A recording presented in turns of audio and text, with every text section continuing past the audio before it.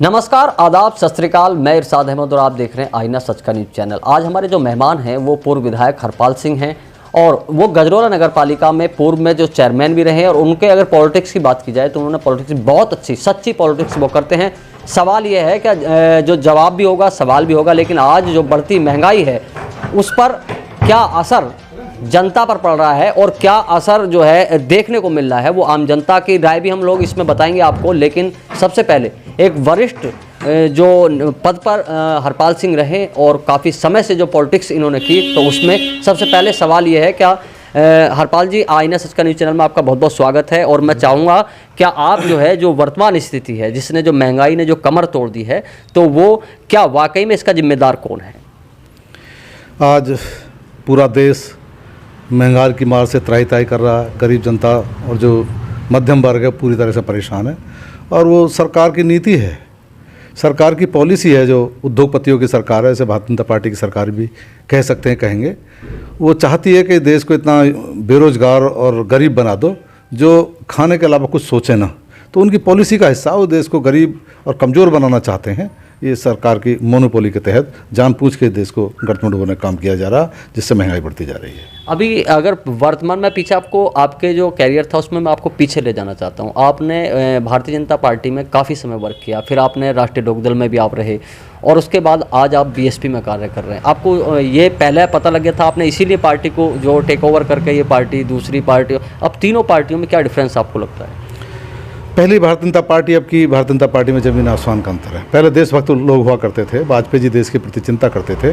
आज Bharatiya Janata party self depend नहीं है। आज अडानी अंबानी के निर्देश पर काम कर रही है और वो नीति इस तरह से निर्धारण कर रहे हैं जैसे उद्योगपतियों को फ़ायदा हो, चाहे नोटबंदी हो, चाहे विशाखापट्टनम की स्टील कंपनी हो। 5 लाख करोड़ की स्टील कंपनी मात्र 16,000 करोड़ के अंबानी जी को बेच दी गई। उनके हाथ में जाते ही स्टील के रेट दुगने कर दिए।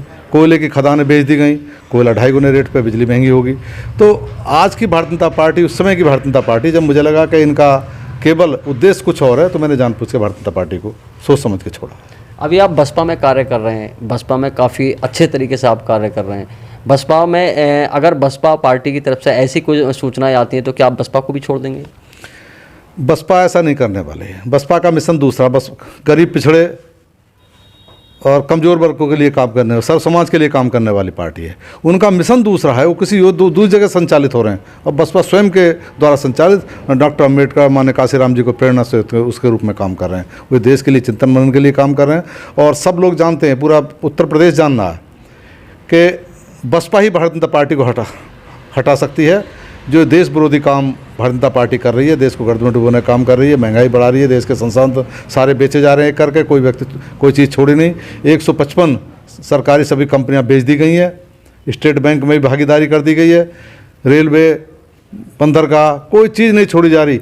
और जो रिजर्व बैंक का 1,75,000 करोड़ रिजर्व फंड था, वो भी सरकार ने ले लिया। तो सरकार पूरी देश की संस्थाओं को डुबाना चाहती है, देश को लगातार कई गुना देश पर कर्ज कर दिया 7 साल 8 साल के अंदर।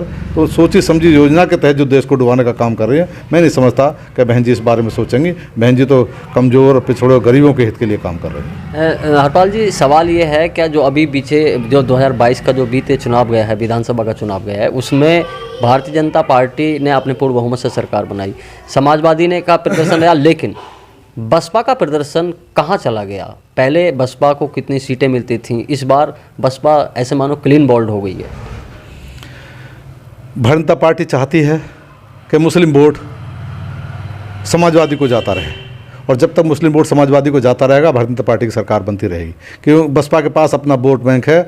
मुस्लिम प्लस वो और अन्य पिछड़ा वर्ग जो जानता है कि भाजपा देश के लिए काम नहीं कर रही, देश के लिए गड़बड़ी कर रही है, कमज़ोर वर्गों के लिए काम नहीं कर रही, जो 30% पिछड़ा वर्ग और जो सामान्य वर्ग के भी जो हटाना चाहते हैं, लेकिन उस समाजवादी को सत्ता में देखना पसंद नहीं करते।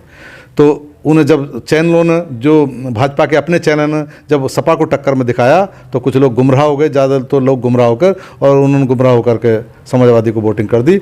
और कुछ लोगों ने ये सोचा कि समाजवादी गुंडागर्दी की पार्टी है, तो जो नहीं देना, समाजवादी को नहीं चाहते थे, तो उन्होंने जो है भारतीय जनता पार्टी के पक्ष में चले गए और हमारा प्रदर्शन इसलिए कमज़ोर रह गया। वोट हमारा ठीक था और मजबूरी में सपा की सरकार ना आए, इसलिए लोगों ने भारतीय जनता पार्टी को वोटिंग कर दिया, जानते हुए भी कि देश के लिए गड़बड़ी कर रही है, देश को जीडीपी सहित संस्थानों को बेच रही है। एक सवाल लास्ट ये भी रह गया, आप वरिष्ठ हैं, आपको लोग बहुत इज्जत देते हैं, बहुत सम्मान आपका करते हैं। जैसे मैंने देखा क्षेत्र में जाने के बाद, क्या हरपाल सिंह का नाम जो है एक ब्रांड है अपने आप में। मैं आपसे ये भी जानना चाहूँगा कि जनता चाहती है इस चीज़ को, जो हमारे युवा साथी हैं, जो बच्चे पढ़ लिख रहे हैं, जिनके पेरेंट्स इतना पैसा इन्वेस्ट करके उन्हें पढ़ा रहे हैं, बराबर उन पर खर्च कर रहे हैं, कोई एमटेक कर रहा है, कोई बीटेक कर रहा है, और बड़ी बड़ी अच्छी जो बड़े कॉलेज हैं उनमें उन्हें पढ़ा रहे हैं, और महंगाई है, वो इतने पैसे खर्च उन पर कर रहे हैं। क्या अपने जो उनकी दाल रोटी होती है, जो रोज़मर्रा के उनके खर्चों में भी वो कटौती कर देते हैं, लेकिन उन्हें जॉब नहीं मिल रही। इसका जिम्मेदार आखिर कौन है? हरपाल जी थोड़ा सा बताएं, जनता चाहती है इस चीज़ को पूछना।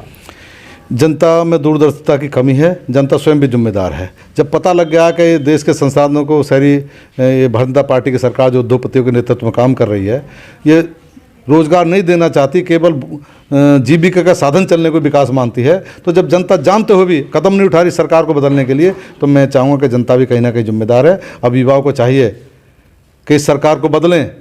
आज जीडीपी 1.7% हो गई है, कर्ज में 3-4 गुना 8 साल के अंदर देश कर्ज में डूब गया, सारे संस्थान बिक गए, सरकारी नौकरी कोई आस बची नहीं, और जो नौकरी भी हैं एप्लीकेशन के आधार पर जॉइंट सेक्टर बनाए जा रहे हैं, बिना पढ़े लिखे बनाए जा रहे हैं।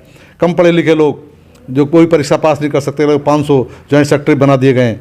तो मैं समझता हूं कि यदि भारतीय जनता पार्टी की सरकार रही तो रोजगार की आशा तो लोग छोड़ ही दें। तो इस सरकार बदलनी पड़ेगी जब देश की व्यवस्था बदलेगी। अच्छा, अगर अभी 2024 में जो चुनाव वो नज़दीक है, 2024 के चुनाव के लिए लोगों ने अपना बिगुल भी बजाना स्टार्ट कर दिया है। सवाल यह है, क्या 2024 में आपकी पार्टी का, अगर यहाँ पर जो चुनाव लड़ा जाएगा, क्या आपकी पार्टी से क्या उम्मीद अपनी पार्टी से आप कर रहे हैं?